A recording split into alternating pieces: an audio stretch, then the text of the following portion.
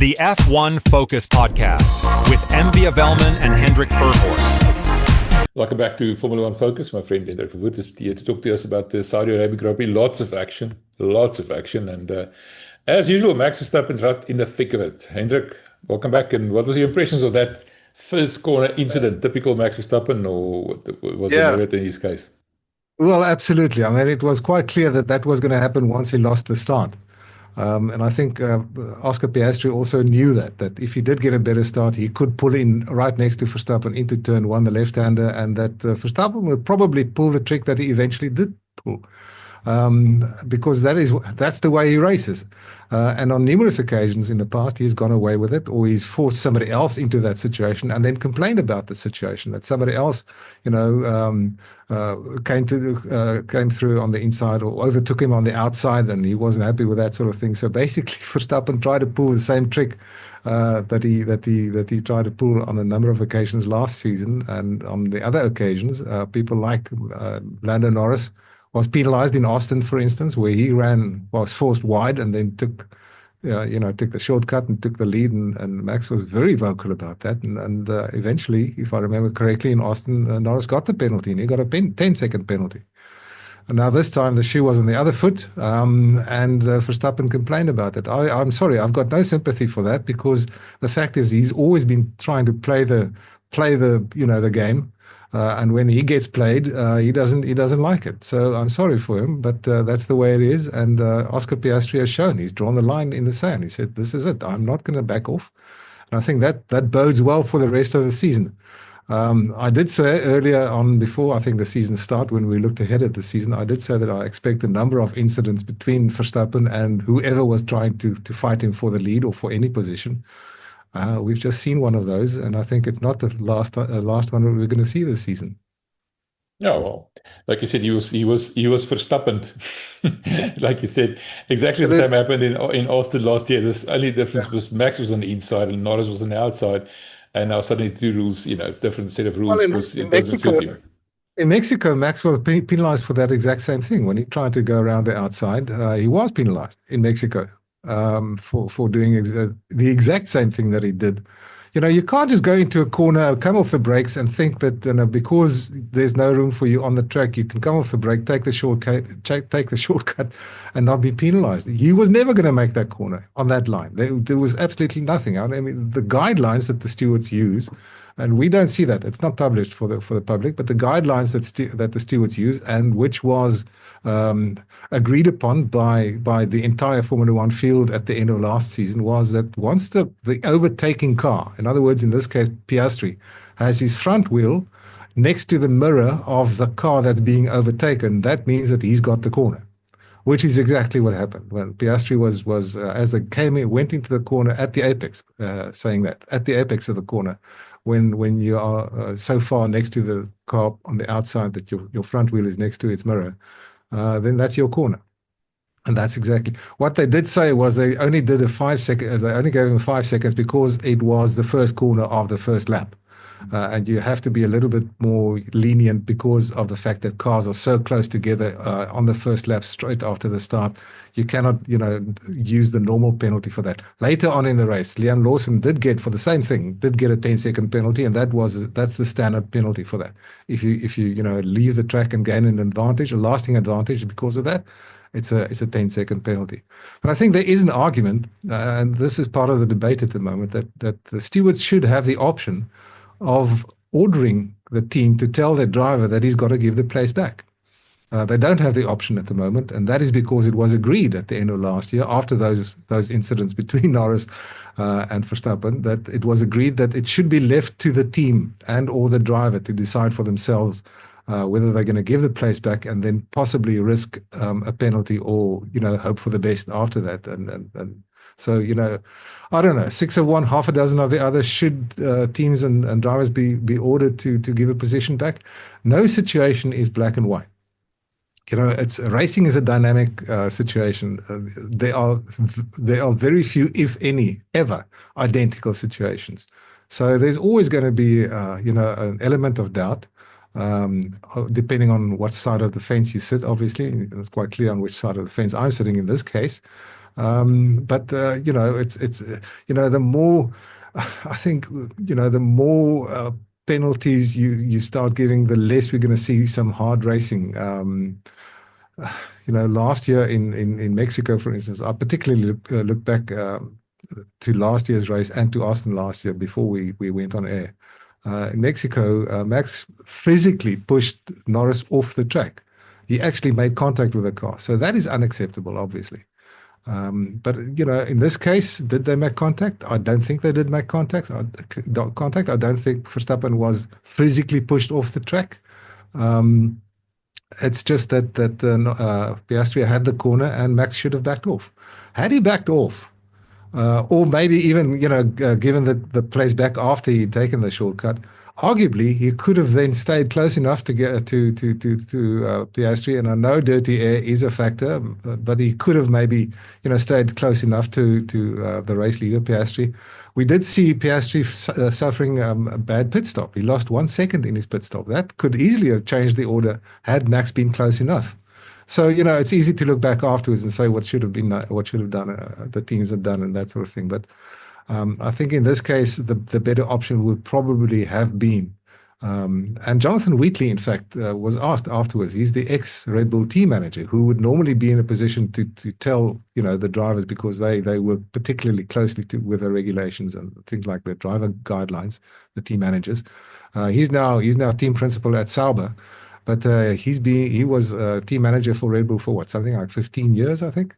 And he did say afterwards he's not going to prescribe to another team what to do. But he said when he was still in that position, he would probably have told Max to give the position back. So I think senior people tend to have the insight that what the correct thing is to do. Christian Horner came afterwards with his media session afterwards, and he had some screen grabs of the camera on Max's car, trying to prove that actually Max had the corner and that Piastri wasn't close enough to him. But you can't judge on that because you don't know at what point, at what exact second that screen grab was taken. So obviously, Christian Horner was boxing or was backing his corner for his man. You don't expect anything else. And obviously, Zach Brown afterwards said, yeah, it was the correct decision. Obviously, that's what he's going to say. I think apart from the die-hard Red Bull Max Verstappen fans, I think probably most people would say it was a fair decision. It was he copped a penalty, he deserved it, and it was the correct decision. I'm in that camp, definitely. No, me too. The interesting thing for me is you said, like you said, before the season started, that drivers not going to back off anymore. And I want to get back to Oscar Piastri's mental strength here, because we know we'll get to Lando just now again, falling or crashing and not really being able to make up for his fact that he's fast and everything else. But Piastri, the cool head, the calm guy, you said you knew what Verstappen was going to do, and he went into the corner anyway. I like the kind of fact that people stand up to Max, and not because there's anything wrong with Max, but not letting him getting away with intimidation. George Russell, to a degree, is the same thing. And again, this points to me to Piastri being a potential champion. He measured his pace, he waited for the pit stop, even though he had a bit of a hiccup there. He took the lead, and he stayed in the lead. And he only stayed in the lead as much as he needed to. He had a bit of problems with blue flags. Drivers not allowing him to overtake as much as he could, and then 2.8 seconds he ended up ahead of Max, and that was part of Red Bull's arguments. You said, but if he didn't have the 5 second, he would have won. No, it's not true. Piastri paced himself, and he only did what he needed to do. That's another sign of his cool head, isn't it? Yeah, absolutely. Look, he did say it was a difficult race. He did say he was surprised at how close Max could stay to him, because he didn't expect the Red Bull to be that fast. And he did say it looked easy from the outside. It certainly wasn't from the inside. But yes, he was able to manage his pace towards the end of the race. And to argue that because that gap at the end of the race was only 2.8 seconds, and obviously Max had lost 5 seconds because of the penalty, so therefore Max would have won, that's just a silly argument, because you don't know from the outside. You could probably find that if you go through the data exactly how Piastri paced himself while he was leading. He set his own fastest lap of the race on the final lap. So I think it was 0.7 of a second that he could improve on his previous best lap on the final lap, if I'm not mistaken. So he certainly had something left on the table. And obviously, this is motor racing. You don't need to win by 10 seconds. You can only win by a 1,000th of a second. That's all you need to win, and that's a win. So that's really, to me, just a silly argument. But yeah, he certainly showed his mental strength, I think. And as I said earlier on, I think he definitely has now drawn a line in the sand, and he is a serious. Max, in fact, afterwards admitted that he's now regarding Piastri as one of the serious contenders for his title, and that he admires the way that he drives. That was quite big, I think, of Max. He says, obviously, he has the talent and is using his talent at the moment. And another interesting point that Max also brought up afterwards, and I think that's a very valid point, is that Oscar Piastri has Mark Webber as his manager. And Webber has been, not only a race winner, but also a title contender. Remember, in 2010, he was one of 4 drivers going to the final race that could actually win the championship. In Abu Dhabi. I was, in fact, at the Abu Dhabi race that year, the one that Sebastian Vettel came through from. I think he was 3rd or something in the standings. And he actually then took the title in 2010. But anyway, so Mark has got the experience of being in that position, and he is, he's been Oscar's manager since shortly after he got into Formula One, I think. And clearly, and Max has said this, clearly, Oscar is using the knowledge and the experience that Mark has, and he's learning from it, which is great. I mean, that's another fact of Max. Max did say that just like Max, was able to learn from his father, Jos, now Oscar is able to learn from fellow Australian Mark Webber, who's been there, and certainly Mark is one of the. He's a real die-in-the-wool Aussie. He's as hard as they come. So if he can teach Oscar to be as hard as he is, and I don't think that's impossible, we are certainly in for a bumper season in more ways than one between these two. The interesting thing for me is Red Bull in Bahrain were nowhere, apart from the pit stop problems and everything else. A week later in Saudi Arabia, they could have won the race if it wasn't for the penalty. What could they have done in a week's time? Firstly, and secondly, I see now that they reckon by Imola they would have caught up with McLaren. Now, I suppose that assumes McLaren's not going to do any development. What has changed for Red Bull? Why are they suddenly more competitive, or was it this track specific? We saw very little degradation and the likes. What happened that made Red Bull suddenly so competitive? I don't know. If I knew, I would probably be able to sell that information. But I think, what we did say initially as the season started, it's all about convergence, and we're going to see ups and downs for various teams and various drivers at various tracks. It's going to be track specific. It's going to be specifically about the conditions, whether it's hot or cold or cool or wet or dry. And we're going to see these large the differences between performances from one track to another, between teams, and among all the teams. That's the fine margins that they are on at the moment. They are absolutely on the knife's edge of performance, and small things can make a difference. The track surface can make a difference. 1 or 2 degrees in track temperature can make a difference. The kind of compounds that they had. I mean, Pirelli, for instance, was caught by surprise also this weekend. They had the softest range of rubber available. They thought this would lead to at least a 2-stopper, maybe even a 3-stopper. It turned out to be a 1-stop race. So even they cannot, predict accurately enough what the tire performance is going to be for the various teams. So those are things that make a difference. And I think it's great. We don't know. There is no particular reason, I think, than the nature of the track, for instance.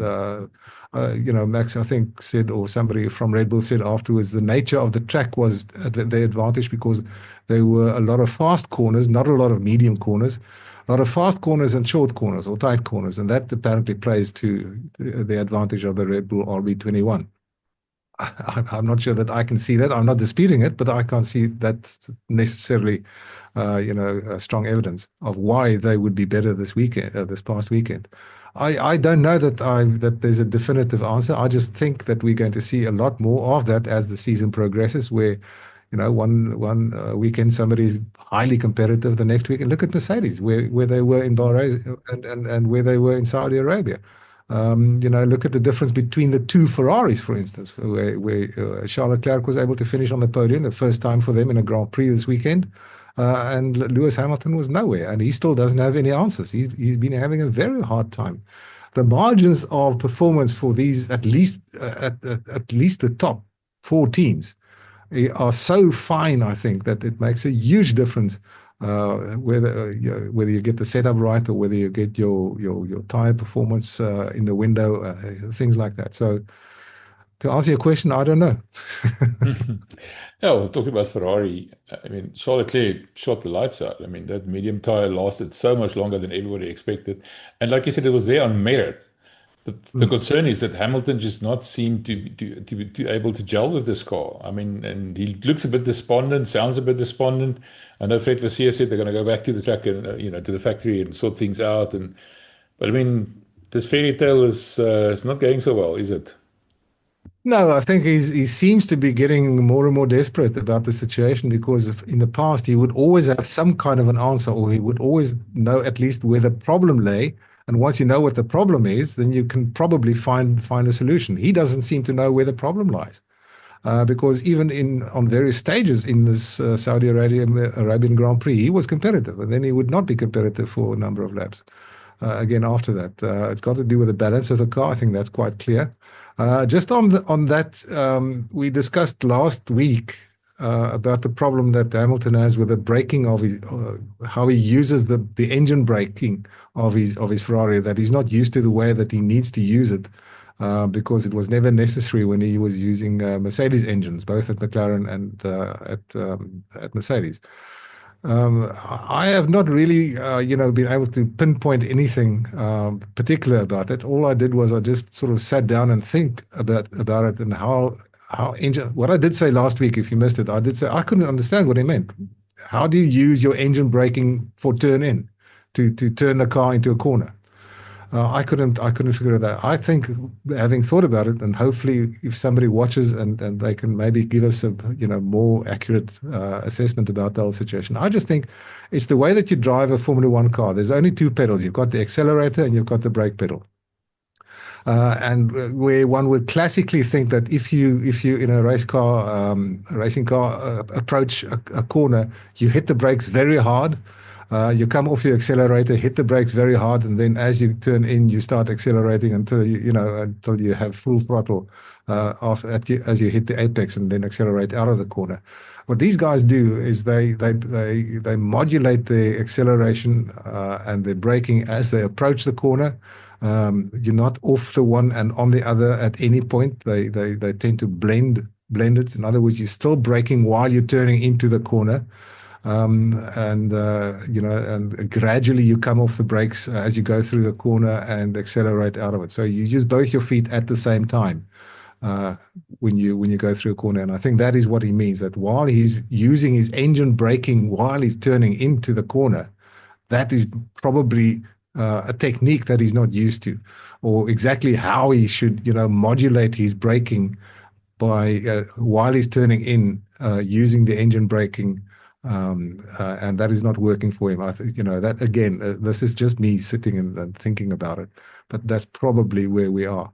The other thing I think we should also acknowledge is that we've just come off a triple header. Particularly in the case of Hamilton and Ferrari, they haven't had any time to actually go and sit down and analyze in depth, take some time, spend some time at the factory, maybe in the simulator, whatever they need to do to analyze it, to see what they can do. Now they've got 2 weeks before the Miami Grand Prix. And as you say, they did say they're going to spend this entire week as we speak and try to spend the time at the factory and try to find a solution for their problems. So from a Hamilton and Ferrari point of view, hopefully they will find that. I do think, however, that there might be another factor at play here as also. We are at the end of the current regulation regime. And these cars have been developed up to a point of very fine margins at this point of this regime, and it seems to me, just looking from the outside, it seems to me that the established drivers are better able to cope with these cars on the very edge of performance than the newcomers. You look at somebody like Hamilton struggling with a Ferrari, that's obvious, but you also see other, the number 2 seat at Red Bull. Both Liam Lawson and even Yuki Tsunoda. I mean, he's getting close. He's getting pretty close. He's making silly mistakes, but he's getting close to Max. But it takes a while. Carlos Sainz has taken up to now, basically. He's had his first very good race for Williams this last weekend. It's the 5th round of the season, so it's taken him quite a while to get used to the way to operate the Williams, at its peak. So I think there's a factor there that the drivers who've come from with this particular car, the development of this particular car, and its various evolutions since the 2022 regime kicked in, they are on top of the car, as Leclerc is basically on top of the Ferrari. And as obviously Max is on top of the RB21 and that sort of thing, and Albon at Williams. There are a number of examples of that. The newcomers are struggling and are taking a while. Hamilton just so much more, because I do think that he's been struggling with the ground effect cars ever since the new dispensation came in. I mean, there's no question about that. I mean, 2021 he was battling for the championship until the final corner of the final race. From 2022 onwards, him and Mercedes were basically struggling with the ground effect cars. Maybe it's because Hamilton has never been able, he's maybe too old to be able to adapt like the youngsters are. Who knows? It is still fairly early in the season, though. Only 5 out of 24. So let's see how this whole thing plays out. Let's talk about Carlos Sainz quickly. You mentioned him just now, and he outqualified Lewis Hamilton. He's surely got a point to prove in a Williams as opposed to a Ferrari. And then he managed the race very well. He was aiming for 8th place, ended up in 8th place, and he managed to pull his teammate along with him, Alex Albon. But I mean, for the first time, he really stamped his authority in that Williams. And what do you think his status is now compared to Albon, for example? Who's the team leader there, or the chief driver, if you want to call it that, the senior driver almost, you know where I'm going, not necessarily the official team leader, but the guy who's now going to dominate going forward? Well, it's very difficult. I don't think it's ever been possible, or up to now been possible, to really judge what Alex Albon is able to do, because he struggled when he was in the Red Bull camp. Moving into Williams, the Williams car has never been anything close to what these drivers are able to extract from a modern Formula One car, because of the history of underdevelopment and underfinancing at Williams over decades. And it's only really since Darrellton took over the team and bought the team from the Williams family, and James Vowles came in as the team principal, and that's only for the last few years that things are starting to move in the right direction. We've discussed this on many occasions, where James Vowles has said that to really revolutionize the way in which they plan their build of the car, the design of the car, the build of the car, the build of the parts, the processes, the manufacturing processes, everything. He needed to basically establish the internal processes of the team right from the start. So we are now seeing the car becoming more competitive. Incidentally, they are not pulling, I think, maximum out of this car, because they are seemingly one of the teams that have already decided they're not going to do anything more for this car. They are now focusing on 2026. That's always really been the focus of James Vowles, I think, at Williams. That 2026 is the big opportunity for them. Let's not worry too much about what we can do. If we can develop something, and this is what they're doing, if they can develop something in the wind tunnel for the 2026 car that is also applicable for this year's car, they will use it. But they have now, according to reports, they've now stopped all wind tunnel development for the current Williams, and focusing all the wind tunnel development on the 2026 car. As I said, if they can find something for this year, they will use it. But that's as far as that is concerned. I think also, as I said earlier on, it took a while for Carlos to find his feet in a team that is not as big and as established technically as the Ferrari team. And Carlos is, I mean, he's a top of the line driver. There's no question about that. So, he's probably also been able to pull them into some kind of a direction that suits him better. And clearly, this last weekend was the race where he kind of shown what he can do, and he's now laid down his marker. Who's the senior? Let's say the dominant driver at Williams? I think that's a little bit earlier. Don't underestimate Alex Albon. He's quick. There's no question about that, and he's very competitive as well. As far as it is possible, I think you're going to see two very equal drivers in Williams this year. I will not be surprised if Carlos, sets the marker as the season progresses as the more successful and the better driver between the two of them. And that come 2026, he might be the team leader, or they might opt to be equal number one, as many other teams have, in theory at least. If you want my honest answer, I think Carlos is probably better than Alex as a driver, and I think we are probably going to see him emerging as the dominant driver of the two of them as the season progresses. Just in closing, the dark horse so far for me for this season, after that woeful start where he didn't even make the starting line in Australia, is Isaac Hadjar. I mean, that guy is really outperforming that Racing Bull, and even putting Liam Lawson to shame, isn't he? Well, it is. Look, I mean, Lawson basically has only 6 more races than him, but between the two of them, Lawson is the more experienced driver. So one would expect, but then Lawson has got to, has had to recover from the mental anguish that he had to go through. Having been fired by Red Bull. Yes, they moved him to their own B team, but he was fired from a championship winning car, potentially, at least. So he has had to deal with that, Liam, and then again had to get used to the car as it is at the moment. And Isaac, as you say, I mean, he started the season going off on the warm-up lap in Australia and was in tears and had to be consoled by Hamilton's father. And what the contrast is now in Saudi Arabia, he was pushing the two Williams very, very hard, fighting for Alex Albon's 9th position, and to such a degree that the team asked Carlos to please, don't drive away, just hang back a little bit, make sure that Alex can stay in your DRS reach, so that he doesn't get overtaken by Isaac Hadjar, which could have happened because Hadjar would have had the DRS had Carlos not been there, so that Albon did not have the DRS, if you understand what I mean. So, I think I'm glad for him, for the youngster. I mean, he's